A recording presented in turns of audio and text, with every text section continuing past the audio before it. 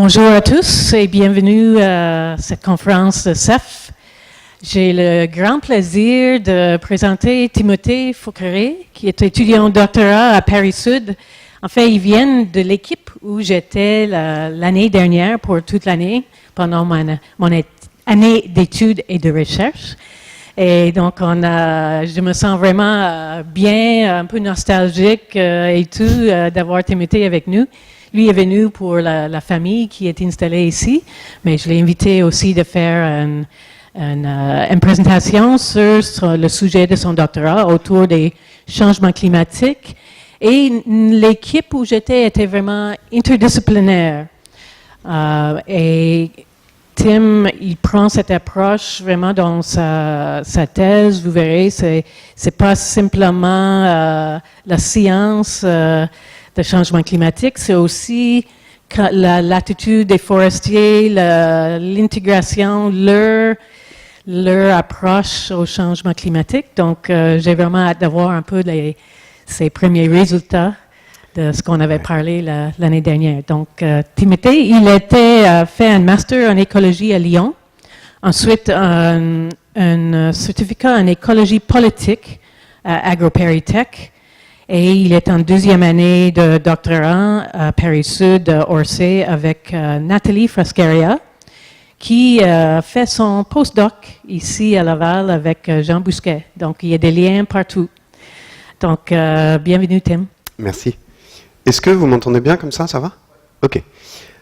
Bon, déjà, bonjour à tous. Donc, je suis en effet Timothée Fouqueret. Et pour commencer, je dois vous dire que je suis assez impressionné de venir parler ici. Parce que, comme l'a dit Alison, que je remercie vraiment pour l'invitation, ma directrice de thèse m'a beaucoup parlé de l'Université Laval. Et je vous rassure en bien. 2 points avant de commencer. Je vous laisserai les diapositives si vous voulez. Et puis, je vous invite à noter des questions pour le temps de discussion qu'il y aura par la suite, si vous en avez aussi. Et je l'espère. Donc, je vais vous parler d'adaptation au changement climatique parce que je me demande si c'est un risque, oui ou non, pour la multifonctionnalité des forêts en France. On verra un petit peu ce que c'est la multifonctionnalité et pourquoi c'est si important. Et en fait, c'est une étude qui est comparative entre 2 parcs naturels régionaux, dans les Vosges du Nord et les Landes de Gascogne. Donc vous aurez une carte tout à l'heure pour mieux situer un peu où c'est. Alors, pour mieux comprendre, il y a un premier point que je souhaite vous communiquer, c'est dans quel cadre scientifique je m'inscris. Donc c'est une équipe qui s'appelle Trajectoire écologique et société et qui repose vraiment sur 2 points importants. Le premier, c'est la notion de socio-écosystème. On étudie l'interface entre des milieux écologiques et l'organisation des sociétés humaines. Ça, c'est vraiment le premier point qui est très important pour nous. Et le deuxième, c'est l'approche interdisciplinaire. Donc on n'est pas seulement des écologues, il y a aussi des économistes, des anthropologues, des sociologues, des géographes. Alors ça peut donner lieu à de longues discussions, mais c'est vraiment une richesse. Et donc voilà, ma propre formation, je ne vais pas vous assommer avec ça, mais elle se veut elle aussi interdisciplinaire. Alors concrètement, c'est quoi une forêt sous l'angle socio-écosystémique? Je vous propose 2 exemples. C'est l'idée qu'on peut avoir des règles de chasse, donc en haut ici à gauche, c'est dans les Vosges, où les chasseurs souhaitent tirer des grands cerfs avec des grands bois, parce que c'est beaucoup plus classe, et donc ils décident collectivement de ne pas tirer de jeunes cerfs entre 1 et 9 ans, parce que comme ça, il y aura des grands bois. Ok, très bien, mais derrière, ce choix social, il a des impacts sur les processus écologiques. C'est un premier exemple de comment on peut avoir une approche socio-écosystémique. Le deuxième, c'est ici dans les Landes. Eh bien, très concrètement, le choix d'une essence à planter se fait en fonction de critères économiques, le cours du bois, de critères sanitaires, il y en a plein d'autres, et ça va avoir un impact à nouveau sur les dynamiques écologiques. Donc ici, ce sont des eucalyptus, c'est pas la même chose que si on mettait du pin maritime. Alors, peut-être que je parle beaucoup des forêts françaises, ça serait pas mal de faire un point un peu là-dessus, parce que c'est très différent sur de nombreuses choses du Canada, et du Québec en particulier, et plutôt que de vous assommer avec une liste des notions à retenir, j'ai souhaité laisser la parole aux forestiers, aux propriétaires, donc, que j'ai pu rencontrer lors d'entretiens que j'ai menés cet été. Et voilà, c'est des propos rapportés, donc on va y aller progressivement, c'est pas moi qui dis ça. Premièrement, on ne gère pas le frêne comme on gère le pin maritime, et bien sûr, on ne gère pas dans les Landes comme on gère dans les Alpes ou en Alsace du Nord. Donc, on a un territoire qui est hyper variable en termes de conditions stationnelles et de microclimat, et donc ça donne lieu à des sylvicultures très variables. Ok, super. Jusque-là, on enfonce des portes ouvertes, mais il y a le point suivant, l'ensemble de la forêt est en gestion. Il y a tellement de gestion qu'en fait, quand il n'y en a pas, c'est volontaire. C'est que ce sont des parcelles en libre évolution qui ont été décidées comme ça. Voilà, on décide activement de ne rien faire. Pour le reste, tout est géré.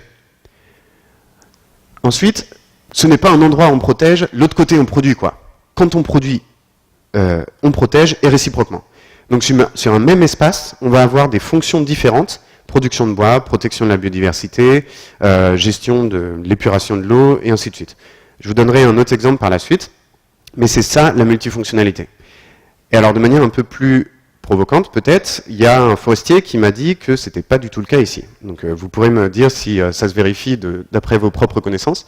Il m'a dit, de manière très nombriliste et chauvine, la gestion à la française me convient bien, et à l'inverse, une vision plus Amérique du Nord, ça fait un peu froid dans le dos pour les forestiers français. C'est-à-dire des parcs nationaux où on ne fait rien, et des endroits où c'est des unités de gestion de 50 hectares qu'ils passent à blanc. Enfin ça, c'est des choses qu'on n'a pas envie de voir chez nous. Donc il y a cette espèce d'imaginaire de la forêt française, bien multifonctionnelle, et c'est pas le cas en Amérique du Nord. En tout cas, c'est quelque chose qui est ancré dans la culture forestière chez nous. Alors après, les gens sont de moins en moins prêts à avoir des bois par terre. Ils ne supportent pas les coupes, ils ne veulent pas de machines en forêt, etc.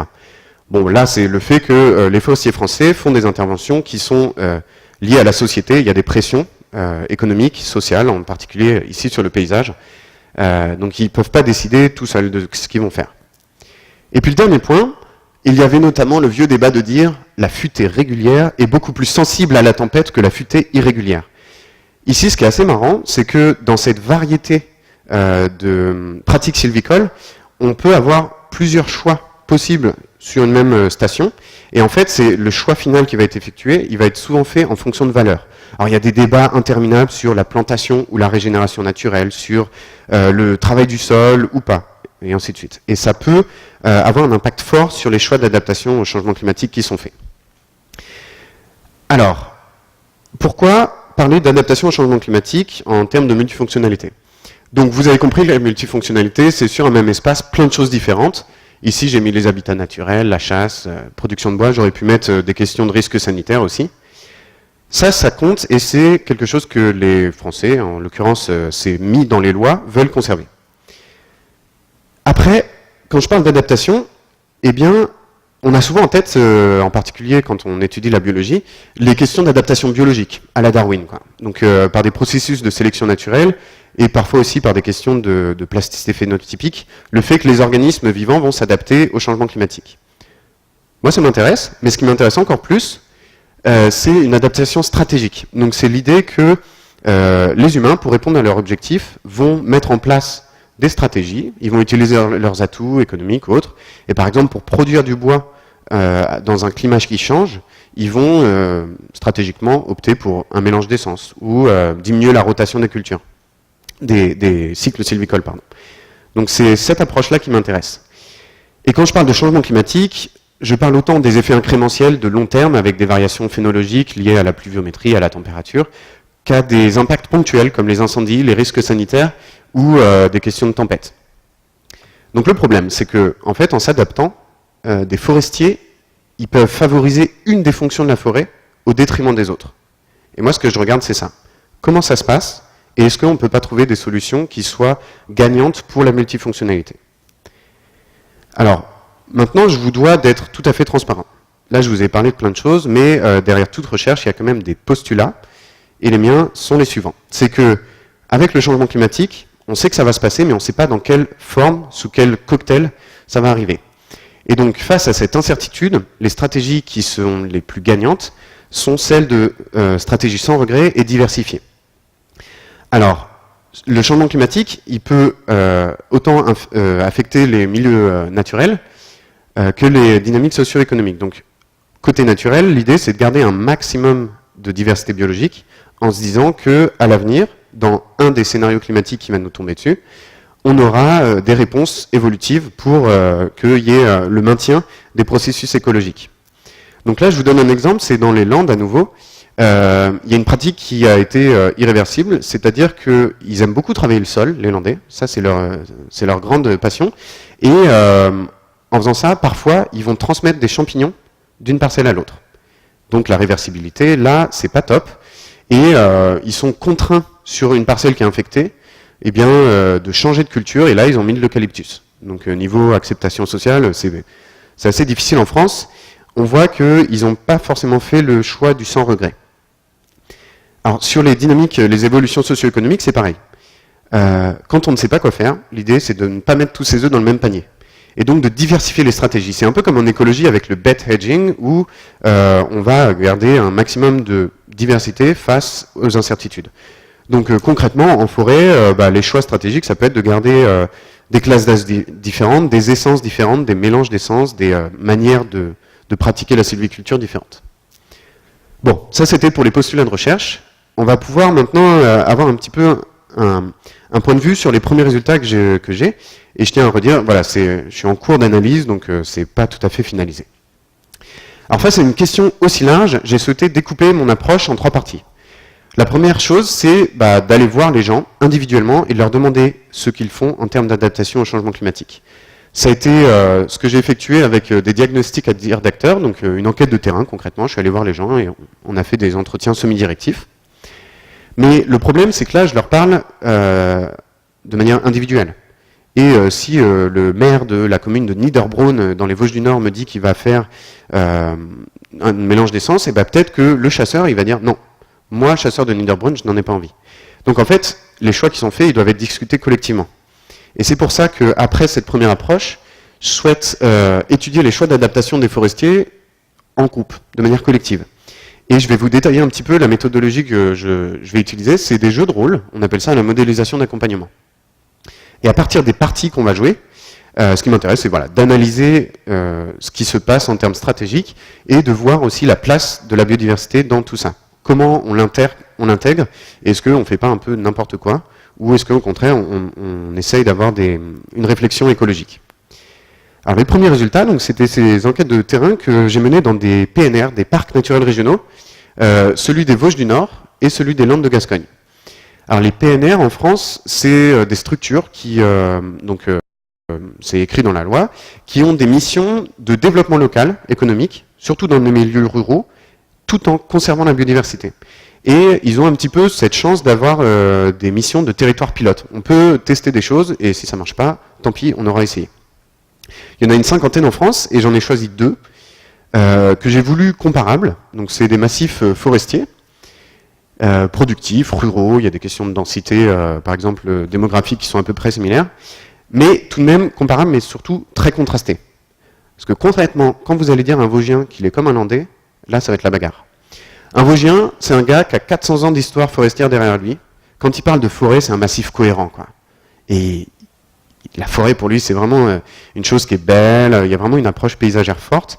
Et quand on produit du bois, ok, c'est bien, mais c'est en plus. Alors que le Landais, je fais des caricatures, hein, mais le massif landais, il a été planté sous Napoléon III, donc l'idée c'était d'arrêter les dunes. On va planter du pin maritime, on fait 1 million d'hectares en monoculture, et puis peu à peu, en fait, ils ont compris qu'il y avait vraiment un intérêt économique derrière, et aujourd'hui, c'est une culture de pin maritime extrêmement intensive, avec du travail du sol, de la plantation, de la sélection variétale, des coupes à blanc. Et donc eux, quand ils parlent des massifs forestiers, ils vont pas dire on va dans la forêt, ils vont dire on va voir les pins. Et c'est le pin, ils l'appellent l'arbre d'or, c'est une approche non plus cohérente, mais vraiment c'est l'arbre qui est une espèce de machine, ils l'ont dit eux-mêmes, économique. Donc c'est très contrasté. Alors, qu'est-ce qu'ils ont dit quand on parlait d'adaptation? Eh ben, je vais enfoncer quelques portes ouvertes, mais il y a des choses un peu plus intéressantes qui ressortent de cette première phase d'analyse. Et là, je fais une pause pour remercier Antoine Charpentier, c'est un stagiaire que j'ai eu en géographie et grâce auquel on a fait un travail formidable et qui a étudié ici aussi un petit peu. Alors, premier résultat, les adaptations, en fait, elles sont proposées principalement par les professionnels de la forêt, à la fois la filière forêt-bois et les gestionnaires d'espaces naturels protégés. C'est des gens qui ont une vision à long terme, qui sont payés pour ça, et c'est vraiment de ces personnes-là que ça ressort. Deuxième point, les adaptations qui sont mises en place, elles sont surtout techniques. Elles sont très peu en termes de gouvernance ou, par exemple, de diversification des débouchés économiques. On nous a toujours parlé de diminuer la densité des forêts, de diminuer la durée des révolutions pour échapper au risque tempête, de mélanger les essences. Donc il y a par exemple un Vosgien qui m'a dit, je ne vais pas prendre l'accent, mais ils ont un fort accent allemand, on a fait le choix radical de promouvoir le mélange, peut-être un peu contre nature à l'époque, contre le propriétaire et des faiseurs de bois de chauffage. Et aujourd'hui, ce mélange se révèle plus que payant avec la maladie du frêne, quoi. Le troisième point, et c'est là que ça commence vraiment encore plus à être cette question socio-écosystémique d'interface entre des choix sociétaux et des dynamiques écologiques, c'est que le changement climatique va permettre de recycler des arguments dans des débats qui sont là depuis très longtemps. Quand je vous disais qu'il y avait des débats futés irrégulières ou irrégulières, eh ben, ils sont réalimentés par le changement climatique. Donc, si je vous ai mis le logo de l'INRA ici, l'INRA, c'est l'Institut National de Recherche Agronomique, c'est parce que en mai ou juin de cette année, il y a eu un manifeste en faveur de la plantation qui consacrait, je pense, 80% de ses arguments à des questions d'atténuation, de stockage de carbone et d'adaptation. Et ce qui est très rigolo, c'est que ce manifeste est rédigé par des planteurs. Voilà, donc on peut penser qu'il y a des conflits d'intérêts ou pas. En tout cas, ils disent des choses très vraies, mais ils disent pas forcément toutes les choses. Et donc, ça permet de mettre de l'eau à leur moulin. Ensuite, ça c'est quelque chose qui m'a un peu frappé, c'est que quand il y avait des adaptations, elles se faisaient pour des risques qui avaient déjà été rencontrés localement. Donc dans les Landes, ils ont très peur de la tempête, ils en ont eu 2 en 10 ans qui ont été absolument abominables économiquement, et donc ils m'ont dit, dans le pays, dès que ça souffle, il y en a qui dorment plus. Hein. Donc ils vont parler de tempêtes, d'attaques sanitaires, parfois d'incendies, alors que dans les Vosges, on ne va jamais parler d'incendie, parce que dans les Vosges, on n'a jamais connu encore, et on leur souhaite de ne pas le connaître, ces aléas climatiques-là. Donc ça, c'était mes résultats un petit peu en individuel. C'est chouette, ok, mais comment ça se passe maintenant collectivement pour faire des stratégies qui permettent de conserver cette multifonctionnalité des forêts? Eh bien, je souhaite me baser sur une modélisation d'accompagnement, donc c'est un jeu de rôle, et mon constat c'est le suivant. Ok, on ne peut pas prédire l'avenir. On ne peut pas savoir quels choix feront les forestiers. En revanche, dès aujourd'hui, on peut étudier sur quels critères ils basent leurs choix, et puis aussi comment ils seraient prêts à travailler ensemble pour l'adaptation au changement climatique. Et ça m'intéresse de me baser sur un jeu de rôle parce qu'en fait, ça permet de mêler des disciplines différentes. On aura autant des approches écologiques qu'économiques et sociologiques, et puis aussi des savoirs différents. Moi, j'arrive avec mon bagage universitaire, académique, mais le gestionnaire de terrain, ok, peut-être qu'il n'a pas un master en écologie, mais clairement, il connaîtra beaucoup mieux la forêt que moi sur plein d'autres aspects avec des savoirs locaux. Et les jeux de rôle permettent de faire dialoguer tous ces savoirs. Donc c'est vraiment ce qui m'intéresse aussi dans ce côté un peu interdisciplinaire. Bon, concrètement, c'est quoi? Eh bien, c'est un jeu où on joue dans une situation 2070. 2070 est suffisamment loin pour qu'on puisse comprendre que ça ait changé, et suffisamment proche pour que le gars ou la fille qui joue se dise « Ok, ça pourrait me concerner ou mes petits-enfants ». Et donc, on va jouer sur tout ou partie d'un massif forestier, et on va inviter tous les acteurs de la forêt à venir jouer. Donc, ça va être l'ONF, l'Office national des forêts, ça va être les DREAL, donc c'est les services de l'État en charge de l'environnement, ça va être des propriétaires, des forestiers, la filière en aval. Et comment ça se passe? Eh bien, ils vont se regrouper, je vais les inviter concrètement, autour d'un plateau. Et en fait, la personne qui jouera l'ONF sera une vraie personne de l'ONF. La personne qui jouera le propriétaire sera un vrai propriétaire. Et ils vont tous recevoir une fiche qui détaille leurs objectifs. Donc si je vous donne la fiche maire, et que donc vous êtes le maire, vous aurez des objectifs, par exemple, je dois respecter la réglementation environnementale, les chasseurs sont sur mon dos et en même temps ça me rapporte de l'argent, donc il faut que je gère la chasse, il faut que je gère la qualité de l'eau. Et il y aura des indicateurs par objectif. Mais les objectifs du forestier ne seront pas les mêmes que ceux du maire, que ceux des services de l'État. Et donc, ils vont jouer tous ensemble, avec leurs propres objectifs, autour d'un plateau de jeu, qui représente la forêt. Donc, par exemple, vous avez les conditions stationnelles qui sont de couleurs différentes. Ici, vous aurez un espace protégé qui représentera l'aspect biodiversité, avec, là j'ai mis une chouette, hein, mais ça pourrait être autre chose, des arbres creux ou autres. Ça serait un espace naturel protégé. Ici, vous avez une parcelle qui est que en résineux. Ici, vous avez un mélange d'essence. Ici, ça serait la fonction récréative avec les randonneurs ou les vététistes qui viennent se balader en forêt. Ici, vous avez le côté rivière, et puis là, vous aurez une marque d'une attaque sanitaire, par exemple, par la processionnaire du chêne dans les Vosges. Et le but, c'est que à chaque partie, ils vont donc continuer, ils vont devoir répondre à leurs objectifs, et ils auront à disposition des cartes d'adaptation qui seront visibles de tous.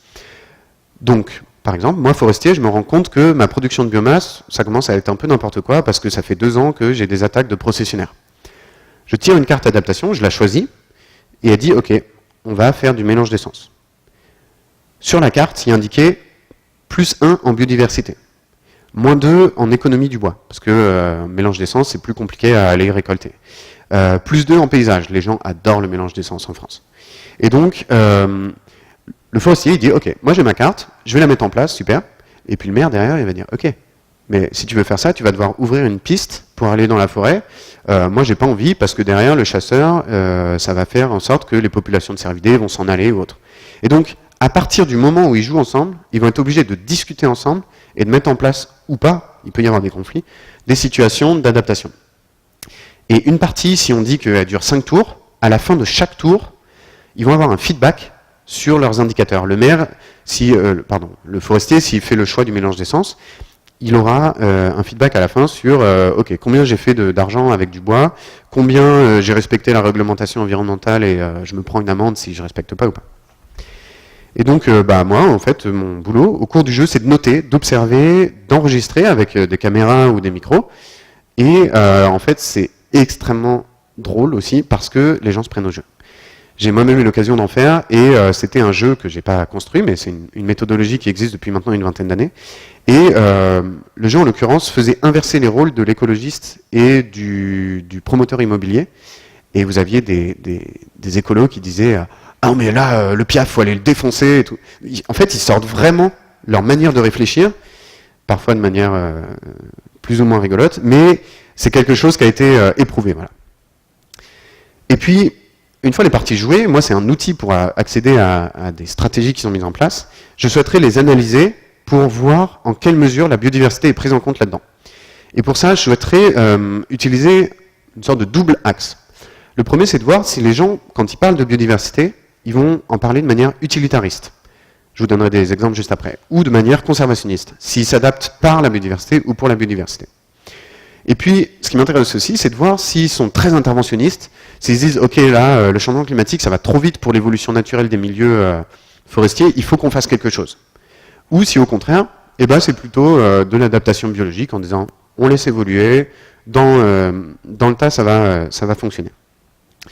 Donc, concrètement, par exemple, dans les Vosges, il y a le parc naturel régional qui a laissé des îlots de ses naissances, des parcelles en libre évolution, parce que eux, ce qui les intéresse, c'est la conservation de la biodiversité. Et en faisant ça, ils sont plutôt sur une approche de laisser faire. Derrière, par exemple, vous avez les Landais qui vont planter du Pentéda, donc c'est une essence allochtone, donc c'est interventionniste, et eux, leur but, c'est de produire du bois, c'est un gros business, quoi. Pour idée, le massif landais, c'est autant d'argent que tous les vins de Bordeaux par an. Donc c'est beaucoup d'argent. Voilà, donc un de mes travaux actuellement, et c'est une des difficultés que j'ai, c'est de créer des indicateurs pour savoir si les Vosgiens ils partent d'ici et puis à la fin ils seront ici. Donc ce ne seraient pas des indicateurs dans l'absolu de savoir comment ils évoluent, mais des choses relatives en début et en fin de partie. Et puis ça c'est plus en travaux, mais je suis en train de réfléchir à intégrer dans le jeu, parce qu'on peut informatiser certaines parties, du suivi de la biodiversité, par exemple, si le gars décide de faire un mélange d'essence, qu'est-ce que ça fera sur la fragmentation des milieux ou la connectivité. Là, c'est encore le bazar, je suis preneur de vos commentaires et de vos retours.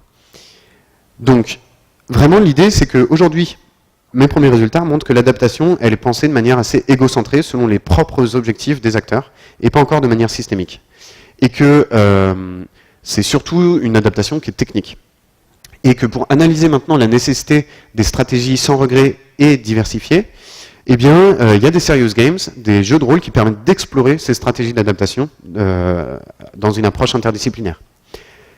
Alors vous m'avez beaucoup écouté, je souhaiterais pour conclure avoir cette citation qui m'a été donnée par un forestier et que j'aime beaucoup. qui donne vraiment une idée de l'approche systémique qu'ils ont. C'est un gars qui m'a dit « Les écolos, les naturalistes, les chasseurs voient pas plus loin que le petit bout de la lorgnette.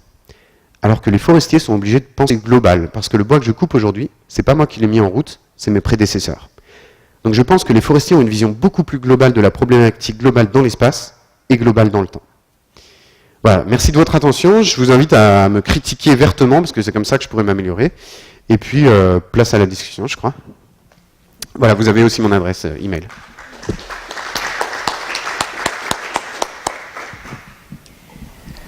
Alors, est-ce qu'il y a des questions pour Timothée?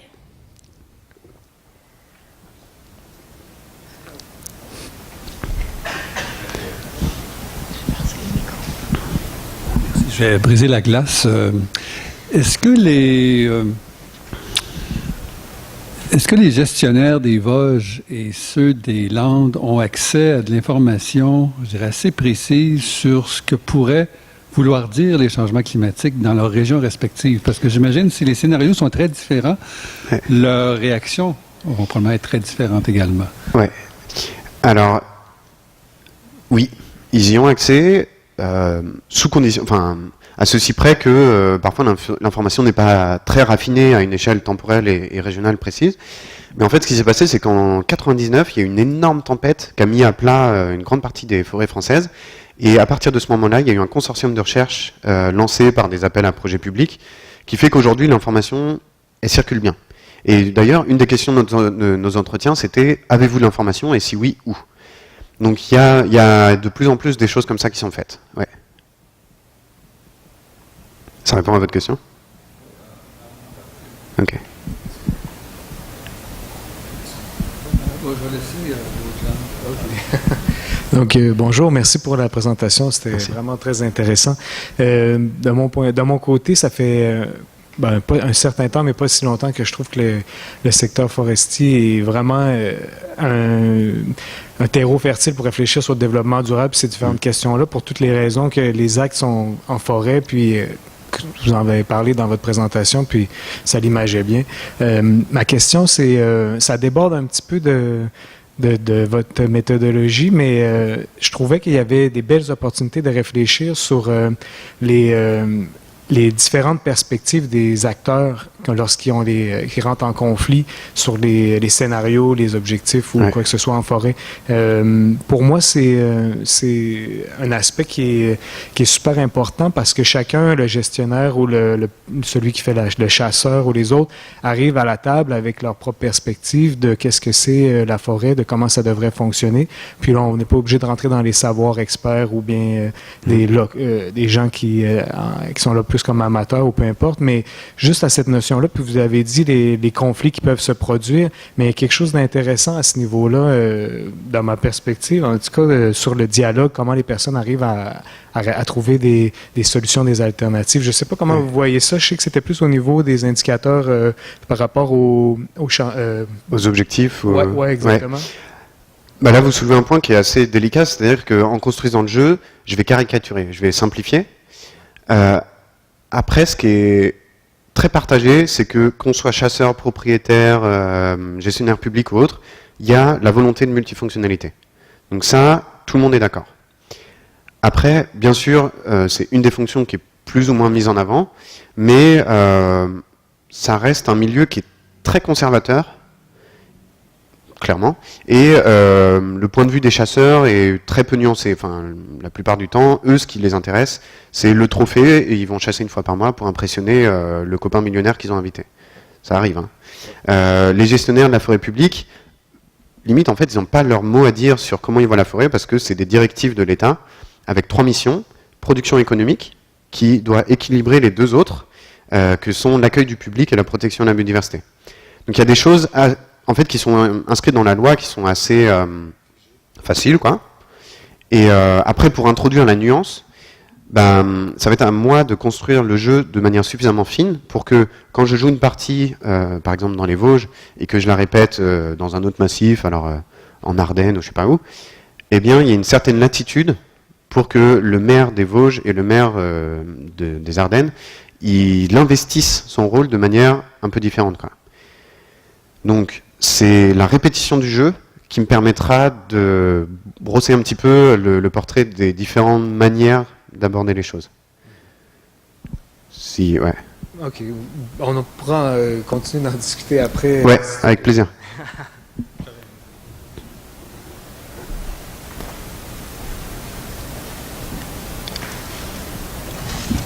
Merci pour la présentation. Merci. J'avais une question vis-à-vis de tout ce qui est écotourisme. Ouais. Parce que moi, je viens des Landes et c'est sûr que c'est pas la même forêt que dans les Vosges. Non.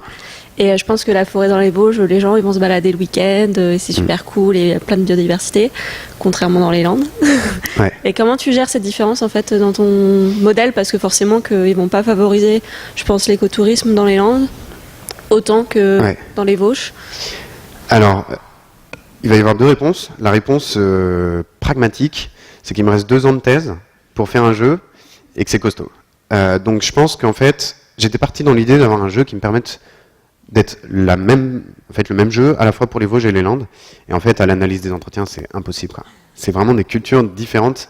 Et donc je pense faire un jeu qui soit générique sur toute la partie quart nord-est, un peu feuillue, avec cette histoire forestière, l'école de Nancy, enfin des choses qui restent quand même paramétrables, calibrables de manière identique. Après, la deuxième réponse, plus écotourisme, oui, clairement, les forêts landaises sont des forêts de production, et on a eu l'occasion de rencontrer des gens qui avaient une vision un petit peu différente de l'écotourisme. Et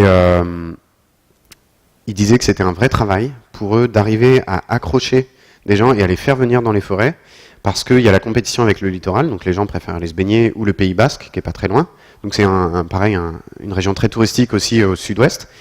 Mais quand il y a écotourisme, il est fait, et c'est assez rigolo, autour de la production forestière. Donc il y a à Marquez ou à Sabre, des localités là-bas, un musée du pin. Donc c'est pas un musée de la forêt, c'est un musée du pin. Il y a un musée de l'histoire landaise, parce qu'il y a eu énormément d'évolution. Et donc, l'écotourisme, il se fait pas mal là-dessus, et il y a des essais qui ont été faits avec des visites en 4x4 des différentes parcelles. C'est tombé à l'eau parce qu'en fait, les routes d'accès sont privées, et en fait, les forestiers ont très peur de l'incendie, qui est souvent déclenché par les visiteurs.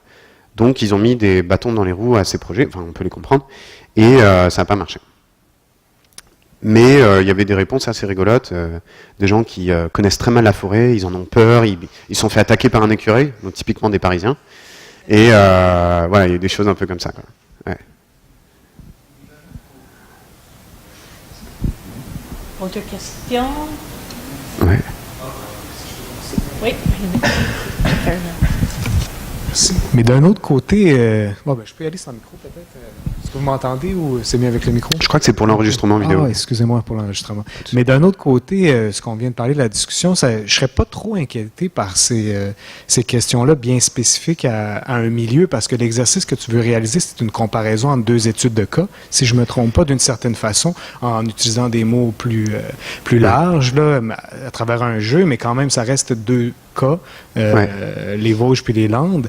Puis ce que je veux dire, c'est qu'avec les descriptions que tu as faites sur les spécificités de chaque région au niveau social puis culturel, mais tu as un bagage assez impressionnant d'informations, puis qui te permettent d'accéder, à mon avis, du moins, à un niveau conceptuel. Donc, le niveau touristique, cette question-là, dans son point de vue conceptuel, est tout à fait comparable dans les Vosges ou dans les Landes. Donc, moi, je ne serais pas trop inquiété par ça au niveau des analyses, parce que socialement, on peut reculer dans les concepts puis arriver à un certain niveau d'abstraction. C'est sûr que... Puis ta méthodologie me semble assez robuste aussi, elle a déjà été utilisée. Je ne sais pas dans les cadres conceptuels qui existent par rapport aux actions des différents... le mode de décision puis tout ça, ça dépend toujours comment tu lis ça au concept théorique, mais je ne serais pas trop inquiété par cette question-là, personnellement. Là, je vous promets, on n'a pas répété à l'entraînement encore. Hein. C'est la première fois qu'on se rencontre, mais c'est la question parfaite à laquelle que j'attendais. Ok, c'est vrai que c'est une étude de cas comparative entre les Landes et les Vosges. Mais d'un autre côté, je viens de dire que le jeu, je le ferai certainement plus sur des régions type vosgienne. Le truc, c'est que aujourd'hui, en France, les lois forestières, il y a un gros lobbying de la part des Landais sur le gouvernement pour dire, ok, les subventions, elles peuvent être touchées que par des gens qui ont une parcelle supérieure à 4 hectares. Tiens, c'est marrant parce que la parcelle moyenne dans les Landes est bien supérieure en termes de superficie à la parcelle vosgienne. Donc en fait, c'est une manière de faire une pression gouvernementale pour s'attribuer des subventions. Et en fait, il y a vraiment une dynamique, un couplage, ils le disent eux-mêmes, hein, très clairement, forêt-industrie, qui fait que l'avenir des forêts risque pas mal d'être landais, quoi, même dans les Vosges. Et l'étude de cas comparatif dans les entretiens individuels, ça me permet d'accéder à cette information-là pour créer des scénarios vosgiens, enfin voilà, quart nord-est, dans lequel j'intégrerai par exemple des questions d'écotourisme, des questions de subventions, des questions de bois-énergie, enfin voilà. Donc c'est vraiment un corpus hyper large, et pour moi, la difficulté, ça va être de faire le tri pour simplifier sans être simpliste, quoi. Mais justement, la comparaison me permet de revenir avec plus d'outils pour construire des scénarios et jouer dans le quart nord-est, quoi. Ouais.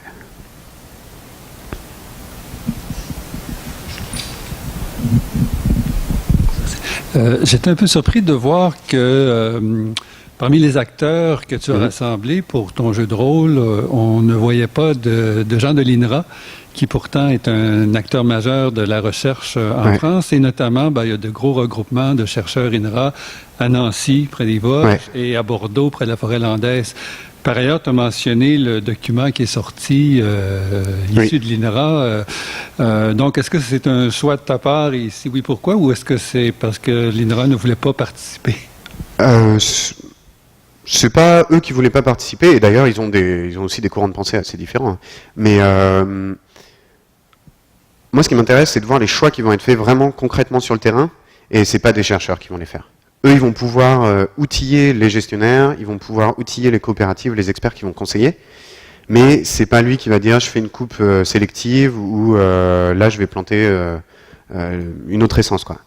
Donc, ils sont pas dans le jeu. En revanche, je vais très clairement les consulter pour la construction des scénarios, les choses à retenir, parce que, par exemple, si dans mon scénario, je pense que la question du bois-énergie est importante, moi je suis pas expert en bois-énergie, mais je peux aller voir des gens, des chercheurs de l'INRA, alors il y a plein d'autres instituts, l'IRSTEA, le CNRS, tout ça, pour leur demander leur point de vue, et c'est comme ça aussi, avec des discussions successives avec des gens plus experts sur certains points, qu'il y aura une intégration de la recherche. J'aurais peut-être une petite dernière, parce que vous avez parlé du fait que les forestiers proposent des réponses qui sont plus techniques, qui n'ont pas par rapport à la gouvernance, ou qui manquent peut-être une vision plus globale. Tu n'as peut-être pas la réponse, mais comment on va arriver, parce que je vois un peu la même chose ici, d'avoir ou de construire cette vision, parce que le temps, ça presse un petit peu d'avoir une vision plus globale qui va être à la fois répondre à les questions biologiques, de préserver la capacité évolutionnaire et les stratégies qui vont répondre aux besoins pressants et très rapprochés. Est-ce qu'avez-vous des idées? As-tu discuté avec des gens ou as-tu des idées comment ça pourrait émerger par d'autres façons? Ouais. Question délicate, mais bon, on est d'accord. Je pense que j'ai dit que c'était très technique, mais au bout du compte, l'adaptation, elle est soit technique, on intervient, soit on voit ce qui vient et on s'adapte. Pour l'instant, ce qui est surtout fait, c'est on intervient. Donc, en fait, ça serait plutôt chez des personnes qui soient prêtes, en fait, à un peu lâcher la main et voir comment ça évolue, que là, on verrait comment s'organiser pour faire quelque chose des bois, des forêts qu'on aurait. Après, une fois qu'on a dit ça, c'est facile, mais la discussion, elle va être vraiment véhémente et tout, parce qu'il y a plein de débats, de perceptions, tout ça. Je pense que les politiques publiques biodiversité en France et la tournure qu'elles prennent aujourd'hui pourraient permettre ça. C'est-à-dire que c'est assez marrant, enfin je sais pas si c'est marrant, mais les politiques publiques sur tout ce qui est environnement en France, c'est sorti dans les années 70. Et clairement, l'État, là où, par exemple, il sait très bien s'y prendre sur l'économie, sur les politiques sanitaires, il a dit en biodiversité, on comprend rien, on a besoin d'experts, et donc on ne va pas faire nous-mêmes, mais on va faire. Et donc, au fur et à mesure, la culture de la gouvernance biodiversité, elle s'est faite de manière horizontale, avec discussion entre tous les points de vue. Et ça s'est concrétisé cette année par la création d'une agence française pour la biodiversité. Donc, c'est une espèce de gros bloc dans lequel on met plein de fonctionnaires et des forestiers, des gens pour les littoraux, tout ça. Et ça permet d'aller discuter avec les associations, avec bon, les chasseurs, c'est toujours difficile de discuter, mais avec les, je sais pas comment c'est ici, avec les producteurs, tout ça. Et j'ai bon espoir que ça puisse être un des lieux de discussion. Aussi parce que les forestiers ne sont pas dupes et du fait de l'inertie temporelle, ils sont parmi les pionniers de l'adaptation au changement climatique, contrairement au milieu, par exemple, agricole. Donc je pense qu'ils ont intérêt eux-mêmes à initier des discussions comme ça. Et bon, on verra si ça va au-delà du technique, quoi. D'accord. Est-ce qu'il y a une dernière? Ça va? Sinon, j'aimerais vraiment remercier Tim d'avoir montré ce projet vraiment plus interdisciplinaire parce que les changements climatiques, il faut l'attaquer de tous les côtés, pas simplement par la science, c'est clair. Donc, merci beaucoup, Tim. Merci et merci de vos questions. Et bonne fin de séjour chez nous. Merci.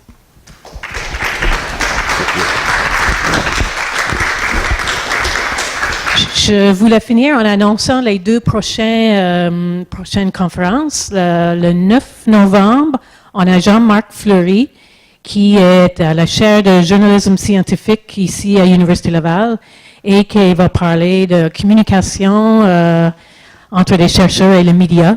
Je pense que ça nous concerne tous. Et le 15 novembre, on va faire un petit table ronde des chercheurs en sabbatique l'an dernier, dont moi-même, M. Bernier, Sylvain Joutras, et on va parler des dessous de l'année d'études et recherches dans le monde. Donc, bienvenue à ces présentations prochainement. Merci.